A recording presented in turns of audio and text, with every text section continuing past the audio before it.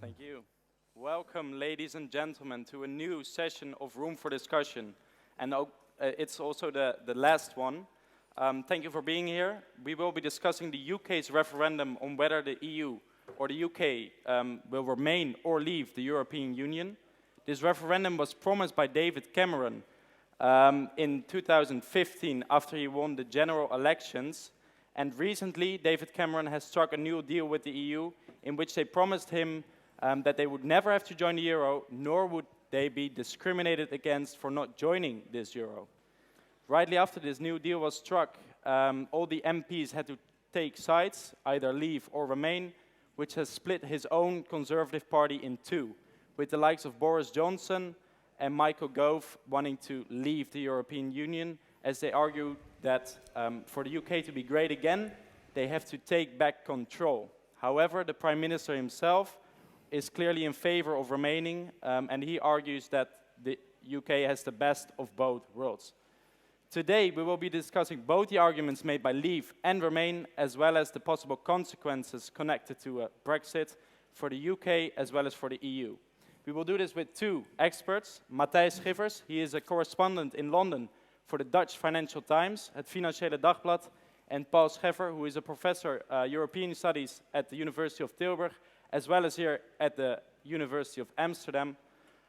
Before we give them a round of applause, please be aware that you can ask questions right over there at Isabel, and that you can join us on Twitter using hashtag RFD. Right, without further ado, please give a warm hand for the two guests.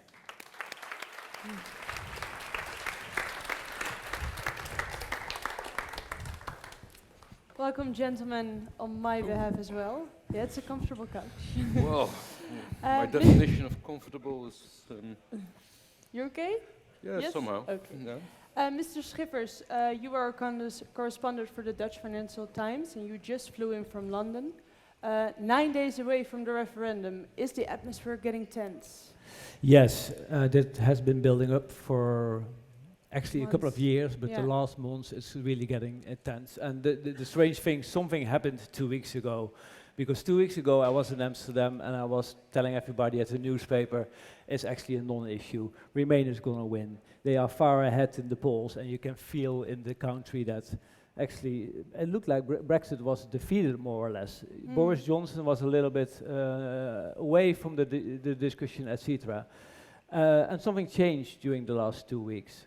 I think it's all coming back to an immigration figure that was much higher than everybody expected, and that made the whole debate more emotional, which gives the Brexit camp the upper hand. Yeah. Is it also being discussed in the pubs and the cafes, or is it mainly a political topic? No, it's everywhere at the moment. In Everywhere. the train, in the pubs. The pubs they have beer maps with vote leave. You have really? other pubs with say you don't have to be pissed to vote for Brexit, but it helps. Right. So it's everywhere. We'll come to the migration part you already touched upon later in the interview. Mr. Scheffer, as a European expert, this must be exciting times as well with such a big referendum. How is that? Absolutely, and I am part of those who think referenda do matter. Right. And it's a good instrument to pose serious questions. I mean, the referendum on the Ukraine Association Treaty was perhaps not the best topic to have a referendum on, but staying in the European Union or leaving the European Union is definitely something worthwhile to vote for or against.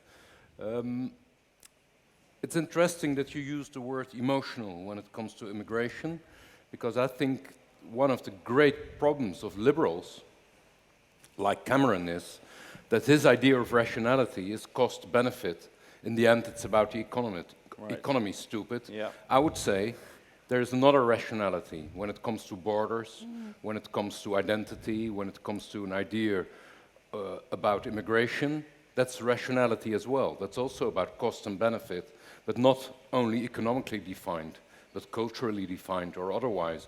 So our idea about what rationality is and what is emotional is perhaps very biased. Right. Yeah. Okay. Let's talk about the rational Cameron, so to speak.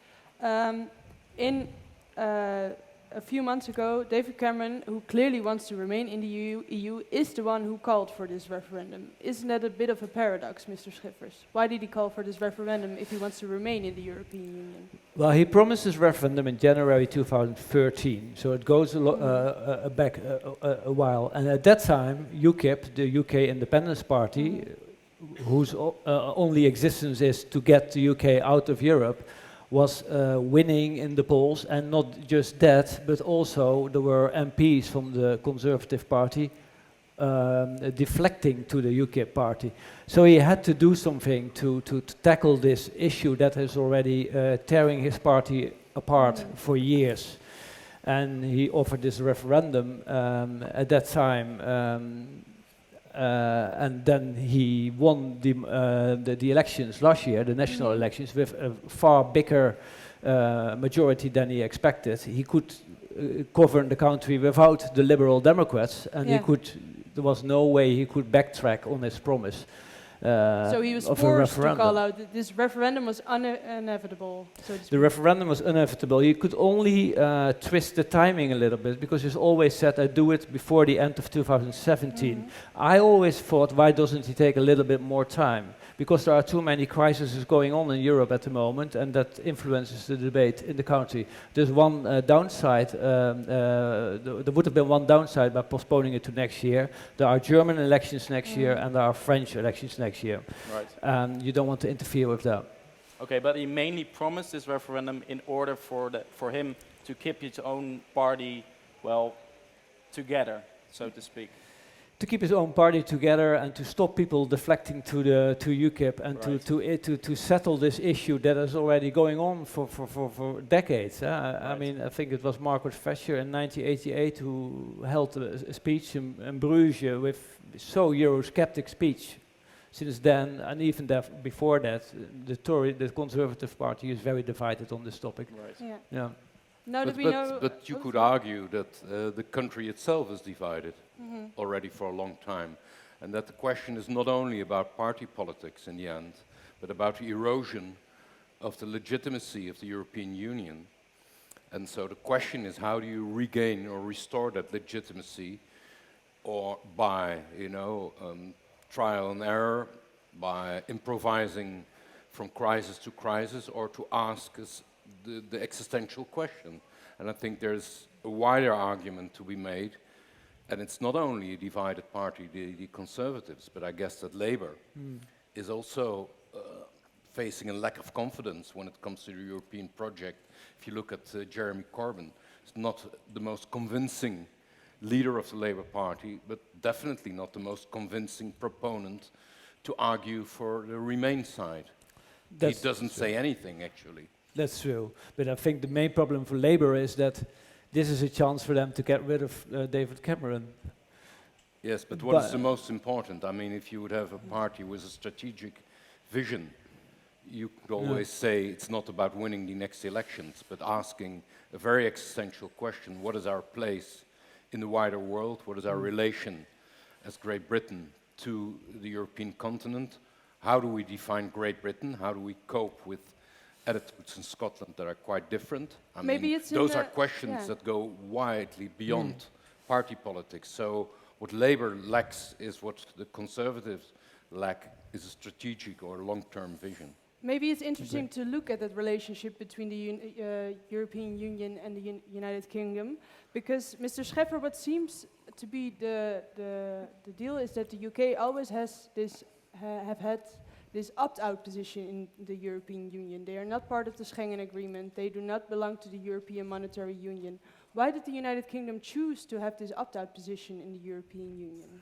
Well, they tried to steer a middle course, to be part of the common market, to see the economic benefits, but not leap into what they think is the unknown of a common currency and common borders with the rest of Europe. The best of both worlds. There was some rationality in this hesitation, because we can see that these two symbols of European integration, a common currency and a common border, have become wildly dysfunctional. I mean, can we argue that this common currency is really a success? would be difficult to argue that. Right. Can we argue that the project of relativizing our internal borders without having a clearly defined external border, can we define that as a success? I think it's very difficult. So there was some rationality, not only in Britain, but also Denmark, for example. There were other countries, part of the European Union, that were hesitating or refusing to join some of these agreements. Right. But could you, for us, maybe, Mr. Scheffer, put the opt-out position the UK seems to have in regards to the EU in a historical perspective, maybe with some, I don't know, historical moments that define this opt-out position? Well, I would say that if you look at the history of Britain and the European community at the time, there was already a clear ambivalence, you know, due to the historic identification of Britain as part of a Commonwealth. It has something to do with, but you will be better placed to talk about that, I guess. But I think historically, Britain has always seen itself in the context of the empire as not belonging to the European continent. This is already a much longer history. After the demise of the empire came the Commonwealth with all its delusions or self-illusion. Right. Whatever about a continuing role of Britain, there was always the idea of a special relation between Britain and the United States. So Britain has always defined itself in a rather anti-continental way already. This is a longer tradition, and I think that explains some of the hesitations towards joining this European community and later the European Union. And so the whole history of opt-outs begins with a hesitation, you know, to join. But it was always the Dutch who pressured the French and others, you know, that Britain should become part of this union. So when we come to speak about the consequences for the Netherlands, it's very interesting to see that the Dutch also have this anti-continental we will be talking perspective. about those consequences. But I think I would basically say Britain has always defined itself not as part of the European continental experience, but already for centuries, as standing alone, being part of a much wider imperial tradition, and later as part of a Commonwealth. Right, but they did have a referendum in 1975 in regards to the EU as or than the EC. But a very much more limited European ambition already at the time, but also a European economic community that, of course, didn't touch as many aspects of everyday life as it does now. Okay, can you explain that? Because then they were heavily in favor, 70% almost voted in favor of remaining in that single economic EU, so to say. What has changed from then, 1975, to now? I would say not much has changed in Britain. The European Union has changed. Exactly. I mean, it has become a European Union with a self-declared ambition to grow politically closer and closer, an ever closer union, a perspective that the British never shared. I mean, you referred to Margaret Thatcher speaking in '88. I thought it was a remarkable speech. I thought it was a speech that Europe needed, because she was asking existential questions. What about democracy in this European Union? How much expectations can we have with a union now of 28 member states, 500 million people, of a living, real democracy? So those were questions already asked by Britain, not answered at the time, and still not answered. So I thought the European Union has missed a huge opportunity to use as a benefit the skepticism of Britain and to really engage in a debate about what sort of union do we want. Because the Dutch and others were hiding behind British Euroscepticism. The Brits were, you know, the most outspoken, but others were sort of in the same boat. Definitely having some of the same intuitions. Right. But so democracy is here the key part, that the EU has become less I would think it's an idea of sovereignty in the end, you know, an idea that you should have control over your own fate, that you can engage in mutual trade or economic relations, but in the end that it's a transnational democracy or a supranational democracy is not feasible. The idea that Britain was the birthplace of modern democracy obviously plays a role. But it's Okay. an argument not easy to discount, I would say. Okay. Maybe some audience questions. Are there any at this moment? Yeah, I see someone over there. Please. Regarding this subject, though. Mr. Scheffer, the Remain camp will probably win the referendum. What do you think? Well, that's... Well, You're very We positive. will talk about that later, whether they will win or not. But What kind of consequences will this have for Cameron's Conservative Party? They're obviously very divided. yeah, maybe we will talk about. I think we will talk consequence later for about the this. Conservative Party, I Yeah. think you will be better placed to answer that. But maybe we will do them in a later stage in the interview. Yeah? Is that right? We'll Because we definitely will have- remember your Yeah, question. Thank you very that will much. come into play. Thank you. Maybe it's nice to now switch to the possible consequences and arguments of the Remain and Leave camp for the UK. Mr. Schiffers, you said on Twitter before coming here that you would come here today to argue why you are secretly in favor of a Brexit. Could you Yeah. explain why? Because I'm a journalist and I like drama. That's and all. there is just more It's that drama simple. when But they after leave. having put it on Twitter, it's not that secret anymore. huh? What do you mean? If you after? Sorry. No, I guess you shared it on Twitter, I was this secret? no, I shared that I was indeed my secret Is out. support for desire for Brexit. Yeah, it's would be a historical moment, Mhm. and I have reported enough non-issues in my life, and now I would like to report on a real historical event. But that's very selfish, actually, and. Okay, Yeah, so no real that's the reason. reasons besides just journalist interest for the Brexit. Well, there is lots of things have gone wrong in the European integration, and sometimes you think in Brussels they haven't really learned their lesson. Right. Mhm. They have managed to survive quite a lot of crises during the last year at the last minute. Several times you thought it's going wrong now. Greece is going to leave the Eurozone, or the refugee crisis is going too wild, or whatever. Every time at the last moment there was a solution, but never there was a fundamental retrospective looking what was going wrong within the European Union. Okay. And sometimes you think they really need an alarm bell going off. Brexit And would the be a Brits- wake-up call yeah, for the European I think then communities. they can't ignore it anymore. That something goes. Mr. Scheffer, you stated in a Belgian newspaper that a Brexit would be a terrible thing. It would be a disaster. How do you respond to the statement of Mr. Schiffers then?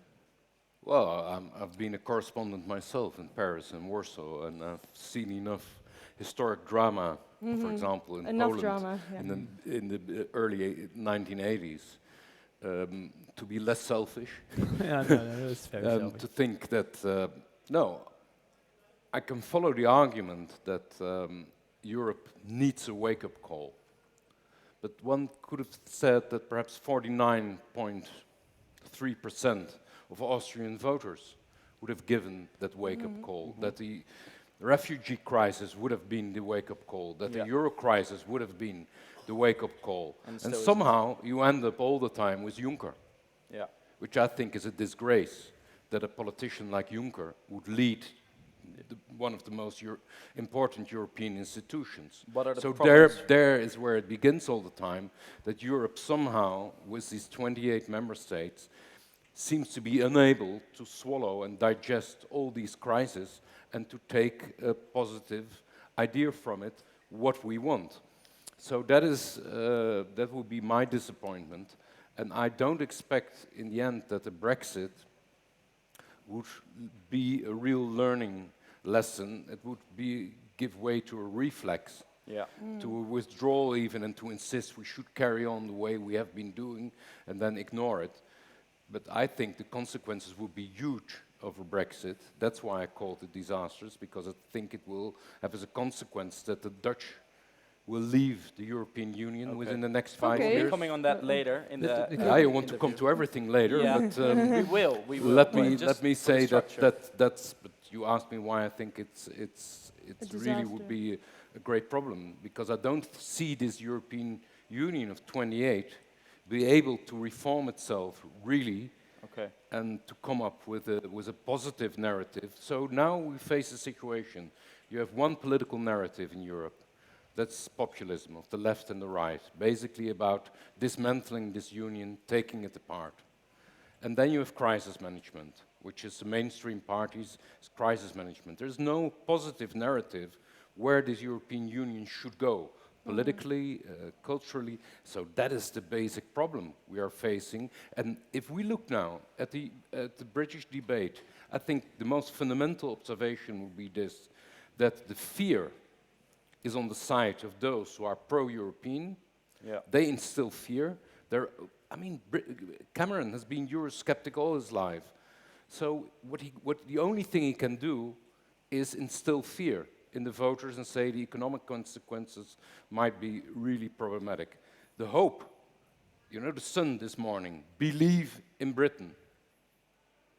So the belief, the idea we can take control of our own destiny, the positive argument, with all its flaws, is on the side of those of the Brexit. Right. And that is the deep, fundamental problem, not only in Britain, but also in the Netherlands, also in France, also in Austria, also in Sweden. And that is something that should be addressed, but I think the Brexit won't have the effect of a wake-up call. I think it will lead to further disarray, further dissolution of the European Union. For now, though, let us look at the arguments made by both the camps, and especially now the Leave camp is big on sovereignty. Could you explain us why the sovereignty, and you already touched upon it in your history, in the history part, why is it so big for the British? What is the meaning of sovereignty? No, it's not only big for the British, it's big for the especially Austrians. Big for the British as well. Yes, you could say an island mentality, etc., an anti-continental tradition, but in the end, I think, it matters also in France a lot. Right. But it will also matter in the Netherlands in the end. It matters in Denmark. So perhaps Britain is geographically, culturally, historically more inclined to that argument, with a strong insistence on being, the founding father of modern democracy in a way, the Magna Carta and all that. But in a way, it's, I think, an argument that is shared much more widely in Europe, which explains the rise of populist parties who want to leave the European Union or leave the currency or rip apart the Schengen agreement. So I think Britain is at the avant-garde in a way of a much wider European sentiment. But Mr. Schiffers, do you have something to add on why the sovereignty is such an important issue for the Leave campaign and for the British itself? To be honest, I don't think sovereignty is at the moment the hottest theme for the Leave camp. I really think it's all about immigration. Yeah, but that is about sovereignty. No, I agree. But sovereignty is a word that most of the Brits don't even know how to spell. No, but it's about sovereignty is about taking control of your borders. Yeah, I know. But it's easier to say immigration. There's too many immigrants. UKIP. Nigel Farage, the man we just spoke about, he's always banging on about immigration. When Boris Johnson, the former London mayor, became the leading person of the Leave camp, he dropped the word sovereignty in the first speech he did. And at the moment, you hear him only talk about immigration, because it's an easier message. But I agree with you, it's in the end, it's about control of your own borders, also it's about sovereignty. But immigration is an easier thing to explain to the people. But how would, according to Mr. Gove and Boris Johnson, how would more control look like, concrete? What is their plan? Well, that is of course the big unknown. That's why I always... not unknown. They have proposed a Canadian and Australian immigration regime. Yeah, but... It's a very clear proposal that in many other European countries is discussed as well. A point system where you say, we have the same idea, we want labor migration, but then clearly defined what are the qualifications we need on the labor market. That is a clear proposition. It's a functioning immigration system in Australia, it functions in Canada, it functions to some degree in the United States, and why wouldn't Britain, being part of the same mental and linguistic community, not adopt the same sort of immigration policy? Because they also want to have access somehow to the European market, and that probably says, sorry, these kind of immigration rules, they don't, you can't have them, you can't have those both things together. In general, I think that I've always said, if Leave wins, then there should be a next referendum in 2 years' time, in which people can vote on the new deal, the new package, and what they used to have, because that would be a fair choice. Now you choose between what you have and something which you don't know what it's going to be. Okay. Maybe move over to immigration. Yeah, because we wanted to talk about migration as well. And you just discussed it that the Leave campaign is very much focused on this migration issue, especially in the last couple of months. With 600,000 migrants leaving the UK to the EU and 1.2 million migrants coming to the UK from the EU, isn't it logical that the migration issue is such a hot issue or a hot topic for the Leave campaign? It's very logical, and there are real concerns among the people, and you can't, I always have a little bit difficulties with people that say you can't talk about immigration because it's racist, and people that are worried about immigration, they're all populist. I mean, it is a real concern, and it's understandable. If you're walking, especially through London, but also in other parts of the UK, there is just a very much immigration. A lot of people have come there because the UK, everyone speaks English. It's handy, of course, if you're moving to another country to go there. You have free healthcare. You have probably already a community in which you can easily join. So people like to go to the UK, and that causes the problems and stress. It's not strange that older people who have seen their country change much more than the younger people want to vote for Leave, and that the younger people want to remain because they have less issue with it, of course. But they're used to it. But in the end, you know, it's about, of course, the story of a European Union that is unable to have a clear understanding of its own immigration policy, and then you get the reaction of withdrawal, not only in the UK, but also in Austria, also in other countries, where people say if the European Union doesn't have, after abolishing its internal borders, doesn't have a grip on its external border, with all that it means in terms of security, but also in terms of a good a defined immigration policy. And my view on it is simply that when you want to remain an open society that is also open to the outside world, open to the idea that immigration is part of your future, it should be a willed future. It should be something you really want. The problem now is that immigration has become the symbol of a world that is out of control. It is something not that we shape consciously, but something that overcomes us. And that is why it creates such a resistance and a policy that would say, you know, we need immigration, but has a clear understanding of that immigration that we need and can shape it consciously.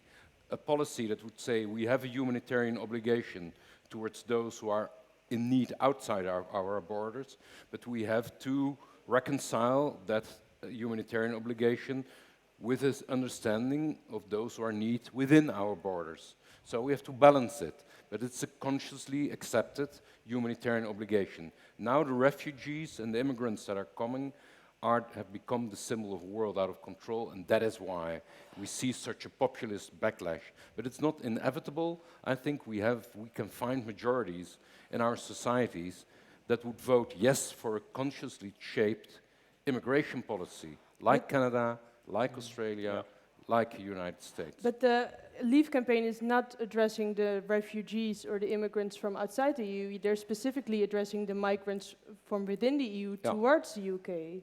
So how would... Yeah, but that's part of course, relativizing your own internal borders, creating an area of free labor mobility. Well, I do remember, because I've been writing a lot about immigration, I do remember very specifically the prognosis at the time.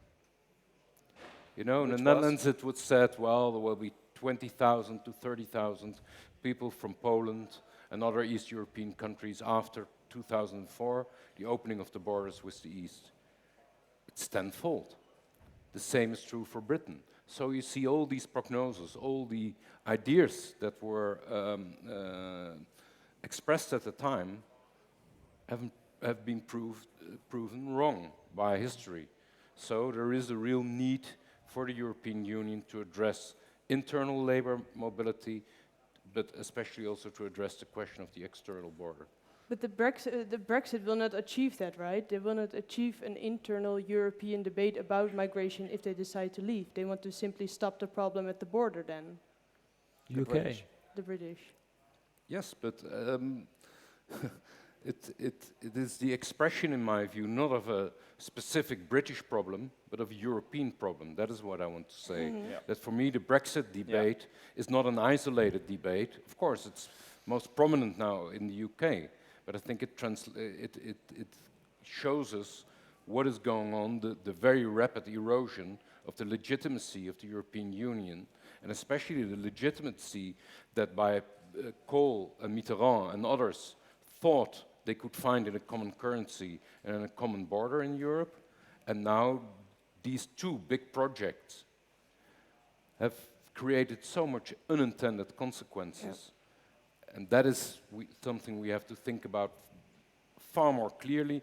The muddling through, I think it's over, and that perhaps Brexit could cause a turning point in the sense that perhaps it could create, but I doubt it, but it should create a momentum in discussing the political finality of Europe.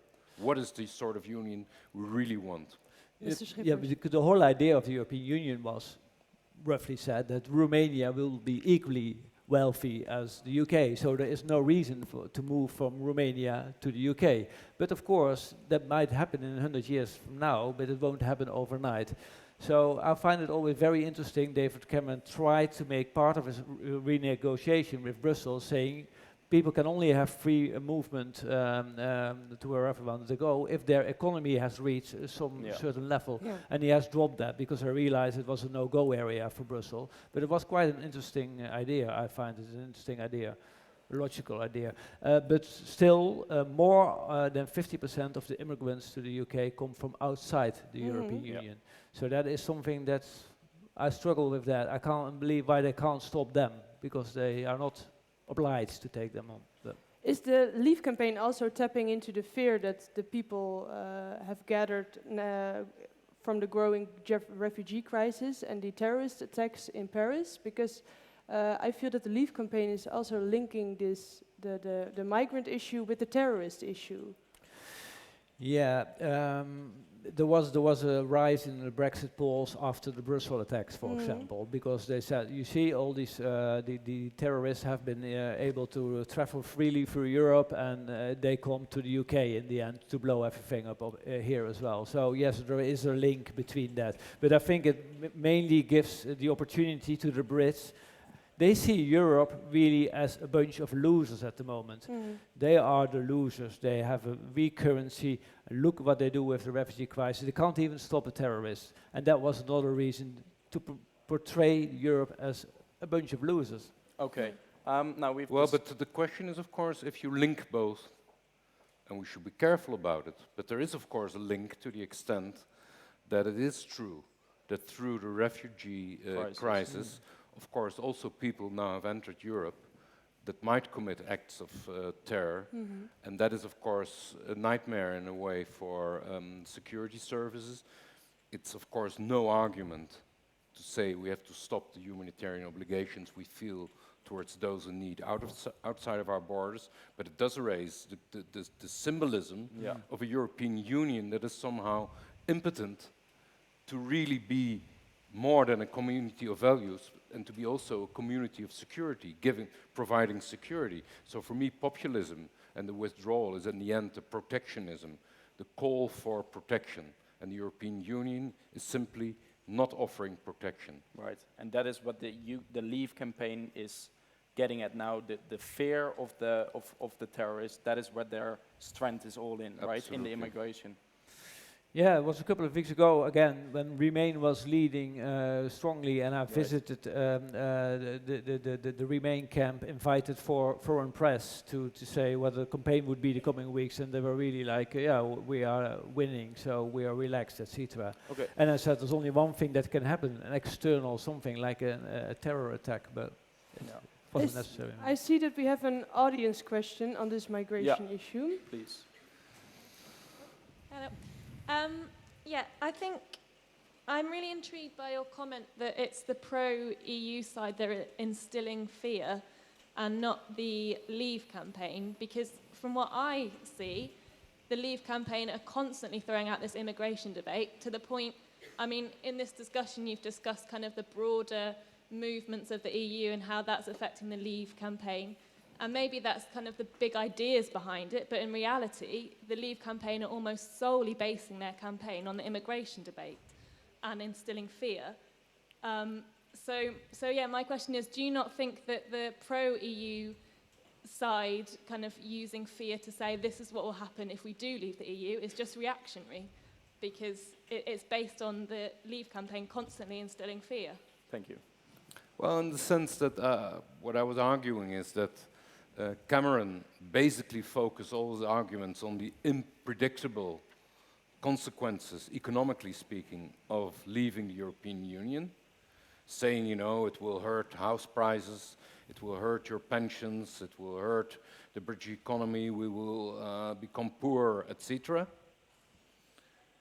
And that the Leave side is basically arguing from the perspective of a strong Britain, being able to take its own destiny into its hands. So I read an editorial comment in the Times, hope versus experience, and basically arguing what I'm saying now, that it is surprising to see how hopeful about the possibilities of Britain the Leave campaign is, and how much Cameron is basing his argument on fear about economic consequences. But, but you're right about immigration, but I would say it's not so much, I mean, the equation of immigration and fear is always so simple, because then it's irrational to say as a country, perhaps 300,000 net immigration a year, every 3 years 1 million extra people living in your country, how are you going to take care of that? Yeah. How are you going to cope with it?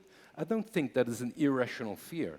That is a question Canada is asking itself, posing a clear limit on the people it wants to receive every year, posing a target, what Australia is doing, what the United States is doing, so we can learn something from the way in which classical immigration societies cope with the question of immigration, and not equate criticism of an immigration that is not willed, but somehow not steered by what you want, but steered by the needs of people who want to come. I mean, there are some obvious questions about how to shape your immigration policy. But of course, there's also fear on both sides, but I think it's interesting to see how strong, and that is why I was struck by this title in the Sun, Believe in Britain. There is something hopeful in the campaign, and it's not easy anyways to say that Brexit is fear and that the Remain side is very hopeful. No. A second question, Isn't it actually false to portray concerns about migration as irrational fear? If you're a British person on lower income, then unskilled migrants are simply extra competition for jobs, for schooling places, rents are going up, wages are going down, NHS waiting lists are getting longer. It's rather easy to say it's fear. It's actually quite rational if you're at the bottom of society. Right, maybe for you, Mr. Schiffers. Yeah. Low-skilled labor. Yeah, I just said, I mean, I don't buy in the whole thing that talking about immigration makes you a racist and someone who is afraid for foreigners or whatever. There is a real concern, and there's a legitimate concern as well in a country like the UK, which is being flooded by immigrants. It's just how it is. And I find the skill argument, the wage argument, the wage pressing argument, I find that the government can arrange parts of it by introducing a minimum wage or so. They can help that a little bit. They're trying to do that at the moment. But the pressure on social things like the NHS is obvious. Yeah, but I mean, unskilled migration is a redistribution. It redistributes wealth in a society from towards the middle classes and above the middle class. I mean, there's a real pressure on, of course, the low-skilled native population, if you have a lot of low-skilled migrants. It also pressures the capacity to organize. Why are entrepreneurs always in favor of more migration? Because it's, of course, the best deal. And there's nothing against them arguing for their own interests, if these interests are seen as partial interests where other interests might conflict. So why there is no socialism in America? Because it has always been a country with a constant influx of low-skilled labor. That is why socialism as a tradition in America found it very difficult to flourish. So yes, it's basically a consequent liberal argument to say we need open borders, but not to be shared perhaps by other political traditions. Maybe move on to the most liberal topic of the EU referendum, namely the British economy. Yeah, if we look, the IMF states that 51% of the export goes from the UK goes into the EU. How could the Leave campaign and possibly argue with this given fact that they want to leave the single market, Mr. Schiffers? Yeah, they think they can do trade deals with the whole of the world much more freely after Brexit and not being part of the internal market than they do at the moment. Fact is that all these economic arguments they were followed each other in a short term, 1 or 2 weeks, one after another. And maybe they have done it too early or so. Too early. I don't know, but no one believes in it anymore. These institutions have lost a little bit of their credibility by making wrong forecasts in the past, of course. Right, Yeah. but do the Leave campaign have any plan or any economists or any organizations such as the CEP of LSE, such as the HM Treasury, that state that there are massive impact on economy for the British if they leave, and the Leave campaign doesn't seem to have anything to argue on the economy part. Well, the big thing is that the Leave campaign is very divided about the business the trade model they want after a Brexit. That makes the debate a little bit difficult. That's why, again, I say they should have a new referendum in 2 years' time that British people have the chance to vote on the outcome of what they come up with, because that is the leap in the dark. But 2 years' time, I mean, most trade deals take 7 years' time. With Yeah, Canada, yeah, they have yeah. they have made a trade deal with was the best one up to date, which took 7 years and Yeah. still is going on. So trade deals, I mean, how long will it take? And the uncertainty part as well. Yeah, the 2 years is there is legally the period that a country after saying we are going to leave, you have 2 years to negotiate the terms of leaving. To be honest, if you look at, everyone looks at the situation as it is right now, and then you take one part out of it. The Brits are not part of the European Union anymore, and so this is going to happen. But you forget that everything will change. Everything will move around it. I'm not saying that the European Union will never make any movement towards the Brits to find a way to solve this issue. Yeah. If it's in both interests, why Is not? this economic argument part of the classic Cameron fear campaign then, as the Leave campaign argues? Yeah, it is, of course. The weak spot for the Leave campaign is the economic prospect. The Leave camp for the Remain campaign is that we can't control the borders. Migration. So it's logical that one starts about economic arguments and the other one about immigration. Yeah. So we could say that the British are willing to give up, well, a considerable amount of economic welfare in order to gain back some relative sovereignty. Is that the conclusion? They are willing. It looks like they're willing to sacrifice a bit of that. Either they don't believe the economic forecast, or they just take it for granted and say, well, still we're better off out. Okay. Yeah, but it's so important to see, that's where we started, but to see that rationality is not only economically defined, Yeah. but there is also rationality on the side of, let's say, cultural motives, or rationality on the question of borders. So we have to think about rationality and irrationality in a different way if we want to understand the motivations of people voting on both sides of the argument. And in the end, people might be willing to sacrifice something economically for something they think is of greater worth. Such But as not- sovereignty. Yeah. But an interesting quote by David Cameron, and I will read it, is it will be having, or it's on sovereignty, and he says that it will be having our nose pressed against the window, trying to figure out what decisions the EU are making, because we will still have to meet all the specifications, all the requirements, and all the rules and laws that are made by the EU to, for example, sell our cars there.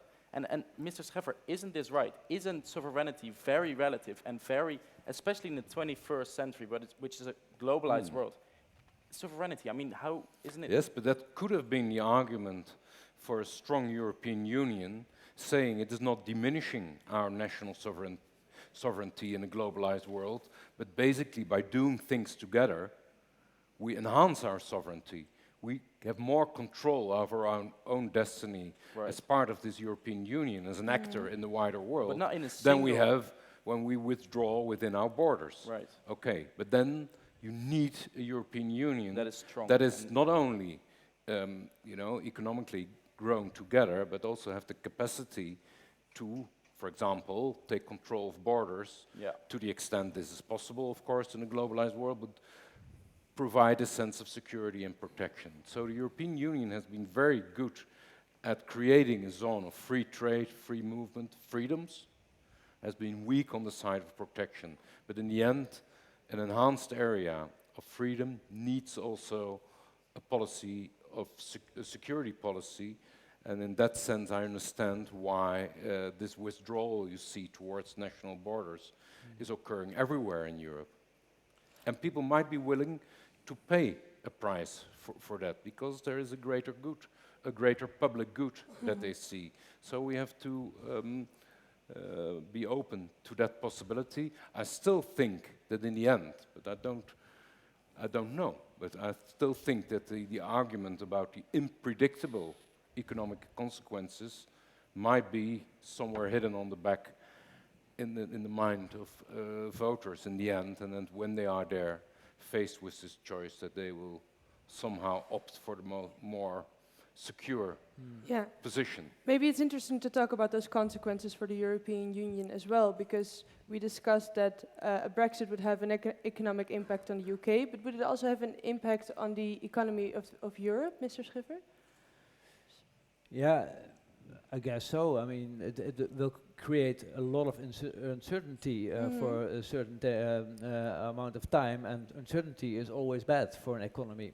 Especially we have seen economic recovery in the UK and also now in the continent. It's getting a little bit of pace at the moment, but it's still fragile. So you don't need a lot to pull the plug and go back into a recession. And uncertainty about UK leaving and the prospect maybe other countries leaving as well, that won't help. So that's But also, for example, more concretely on the European budget, because Britain is now the fourth contributor to the European budget, fourth largest contributor to the European budget. Won't the EU feel that economic pain as well? Yeah, to be honest, I'm not an expert on the European budget, but I'm sure that if you get less money in, that you will miss it somewhere, somehow. Okay. Yeah. Yeah, but I think that is the least of the worries at the moment. Let's talk about the big worries, which I think are the domino effect. Mr. Scheffer, is a domino effect a real possibility after a Brexit? Absolutely. I think the same question will then arise with much more force in the Netherlands, in Denmark, in Sweden, in Austria.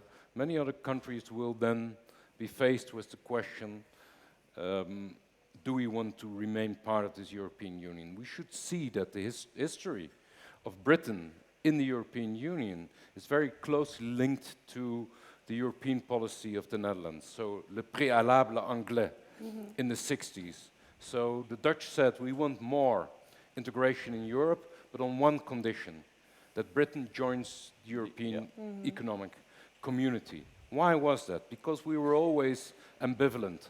We wanted that Europe would get stronger, but we were fearful of Britain, of France and Germany dominating the European continent. So we always wanted Britain as a counterweight to Franco-German influence. So the whole Atlantic tradition of the Netherlands, the anti-continental tradition of the Netherlands, looking towards Britain and the United States, was always strong and at odds with, at the same time, the European policy of the Netherlands proclaiming that it wanted closer political union. But with the Brits in, everybody knew that European federalism would be hurt badly. So there was always this deep contradiction. And I think it will show that in the end our cultural affinity in the Netherlands is much more with Britain, with Denmark, with Sweden, with all those other countries on the margin of the European continent than with with continental Europe. And then in the end it might influence and strengthen the position of those already claiming that this European Union is counterproductive. And I think beyond this reasoning, I think we need in the Netherlands the next 5 years to regain a legitimacy for this European Union. We need this existential debate. Do we want to be part of this union? And second question, what kind of a union should this be? And not like the improvising along the way, the muddling through, but a union that clearly states this is the political entity we want to become.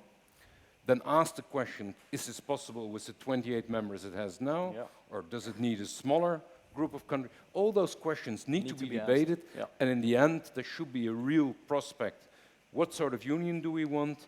And second question, do we want to be in or out of this union? And we need a referendum, also in the Netherlands, also in other European countries, because otherwise this legitimacy is eroding so fast. Then we will have another referendum, but in normal elections where anti-European parties will become a majority. What's happening in Austria, what is happening in France, will sooner or later happen in the Netherlands as well. Yeah, well, certainly that could happen, but could it also be the part, or could it also be the case that if this Brexit happens, and it's indeed as worse as predicted, as by all the economists, they say that it will be terrible for Britain, could it also be a reverse kind of wake-up call that the EU is actually good, is actually helpful? Could it be the case, or is that completely out of the question? You mean like UK goes bankrupt and the rest of the member states? Well, not bankrupt, but the decline is real, and they decline, in regression. Could it be reversed as well? Could it be that it's not that they're not expected to follow, but they see the benefits of the EU? Yeah, and that's the reason, of course, why the Remain camp says Europe will probably have no incentive to help the Brits after they have left. They will leave them on their own and go bankrupt. No, well, but I don't believe in that. But that's the idea. That because if they do help them, then other countries say, wait a minute, we can have the best of both worlds. Yeah, but the economy of Britain, and not only the economy, I mean in the top 200 universities of the world, there are 32 British universities. So we would not only lose a strong economy as part of the European Union, but also a lot of cultural capital, a lot of knowledge, basically, which is, I think, belongs to this European Union. So in that sense, I think there would be no interest, although some people might be tempted to pay the British back for their leaving the European Union. But I think there will be no incentive to make it even worse for Britain, because the economic consequences of a British decline for the rest of Europe would also be quite serious. So I think there will be every temptation to rescue Britain. And it will take, by the way, a long time, because Britain won't leave overnight the European Union. It will take years of renegotiation, and it might be a very soft landing. So, but if it would be true, that it would be a real decline, it could be work out the way you say. But in the end, the question of legitimacy of this European Union is not a question of economic instrumentality. In the end, it's a question of political legitimacy, of democracy, of shaping your own fate in a wider world. And this European Union seriously lacks some attributes which it really needs to convince people, not out of fear, not out of fear of decline, but out of a genuinely willed idea our destinies belong together in this wider Europe. Okay. Let's see if the possibility of an exit has sparked any questions. Yes. Hello. So the question is as follows. I understand that Britain has, in the position as it was, or still is, has a very beneficiary financial climate for international banking institutions. It's part of EEC. It's not entirely part of EEC, and you can create interesting uh, financial constructions for tax reasons, including between Holland and Britain. Now, I understand one of the larger banks said, I believe it was Deutsche Bank, I'm not sure, that if Britain would exit, then they would move their operation to No. Hong Kong. I think JP Morgan. The or- couple, Perhaps the couple JP of Morgan, banks, yes. Goldman Yes. Sachs, Morgan Stanley, they all have said something Yes, like they, that. they yeah. would move to Hong Kong. Yeah. So basically Now- the question, will the city fall Empty apart or itself. shift to other Actually, European- my question is, Oh, I'm sorry. they are adapting, that's what they do, Yeah. but who would actually benefit from Brexit directly from these large financial institutions, and in what way? Yeah. Because someone is paying for the Brexit, and it's not the regular people. First, I don't believe that these big international banks will leave London, because bankers love London. They want to drive around in their big cars through the city, and they don't think Frankfurt is as glamorous as London. So they will find, maybe they will move their head office in the legal structure to the mainland to have all the benefits, but they will still have their top star bankers based in London. They for surely will not come to Amsterdam, because you have a bonus cap here that says you can only pay out 20% of your fixed salary as a bonus, and you can pay much more higher bonuses anywhere else in Europe. You might see some shift, and Frankfurt and Paris are always being mentioned. I think that Frankfurt and Dublin are equally well positioned, just because people go there for legal reasons, to make sure that they have all the benefits of being in the European Union. They don't need to go to a dull place like Frankfurt.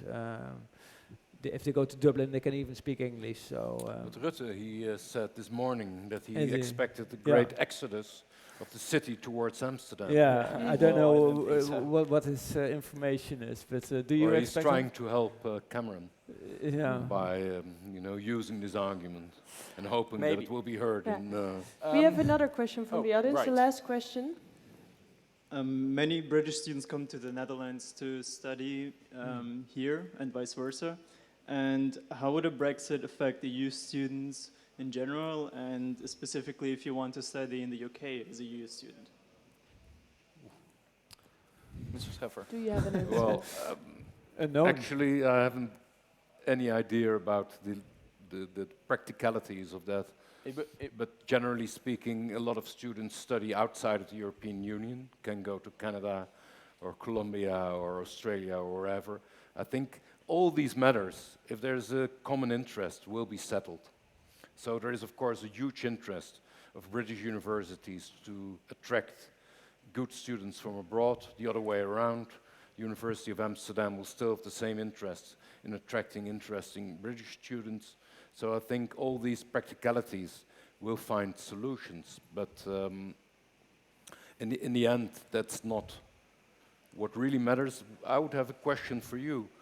How do you explain that in Britain the age divide is so strong, that really all the people who are above 50, vast majority for Brexit, Yeah. and that it's so clear? Because if you look at the votes for populist parties in continental Europe, you see a lot of young people voting for populist parties as well. So the age difference is there much less clear than in Britain now. Would you have Okay. an explanation for that? Maybe after the interview. Okay, that would be better. For now, let's do some quick predictions. We're almost out of time. Mr. Schiffers, will there be a Brexit, or is Remain winning? I'm going to disappoint you. I've stopped making predictions, and there is a reason for that. Because I've noticed that if, as a journalist, you want to be known for being a good predictor of the future. Right. If I'm going to say Remain is going to win, I might be biased in my reporting on That it. could very well be the case. Very politically correct answer. And for you, Mr. Scheffer, is there going to be a Brexit, or will the Remain camp win? I'm still inclined to think that in the end, 51% will say will stay in. Right. Okay. Okay. Like in Austria, So the yeah. leap, that the FPÖ. I thought if the Scottish people, after so many Yeah. years of preparation, are somehow unable to convince those, who wanted to stay inside of Great Britain. After Yeah. so many years of arguing, so many Yeah. emotions, such a long history. I mean, it is a stark choice to say you want to leave. Okay. And then coming back to your question, the Conservative Party, maybe a bit specific. You don't give predictions, but you do. Boris Johnson, will he be the new Prime Minister of No. England Yeah. in Certainly case of a not. Brexit? No? No, his hair is too messy. His hair is too No. messy. No, I don't think so either. Actually, if Leave wins, then a Leaver should become the new party leader, and so also the Prime Minister. And I think Michael Gove would be much better suited for that. But Michael Gove said he He wouldn't do said, it. yeah, well, Yeah, but those who say that they don't Okay, want to do okay, something okay. Well, Michael are Gove probably maybe the then. best politicians it will not around. be Nigel Farage either. Okay, very true. I don't think so. Final question then, a bit of a strange one maybe, but if England will be out of the European Championship before the referendum, could that Yeah. strengthen the Leave campaign? Yeah, there is the people have made the analogy with 1970, I think. Right. There were elections and Labour was about to win with a vast majority, and then the England lost from Germany after leading 2-0. And everyone was so annoyed that they said we're going to send the government away. Yeah. Nothing to do with it, but anyway, so But it could happen, yeah. I read just the opposite prediction, that the stronger England performs in the European Championship, the That stronger the argument yeah. will be, we have control over our Yeah. fate. We are mighty Yeah. Britain. Come Okay, on, yeah. let's fuck them all. Yeah. Great, that's a good ending. Fuck them all. Just Yeah, and on that note, we'd like to end this last interview of Room for Discussion. We want to thank you all very much for coming to this session and maybe also coming for the other sessions that have been this year. We will be back in September, where our first session will be with the chief economist of the World Bank. It will be on September the 6th. But we'll keep you updated via our Facebook page and our Twitter, so keep an eye out for that. So we want to wish you all a very nice summer, and for now, give a warm applause to Mathijs Schiffers and Paul Scheffer. Thank you.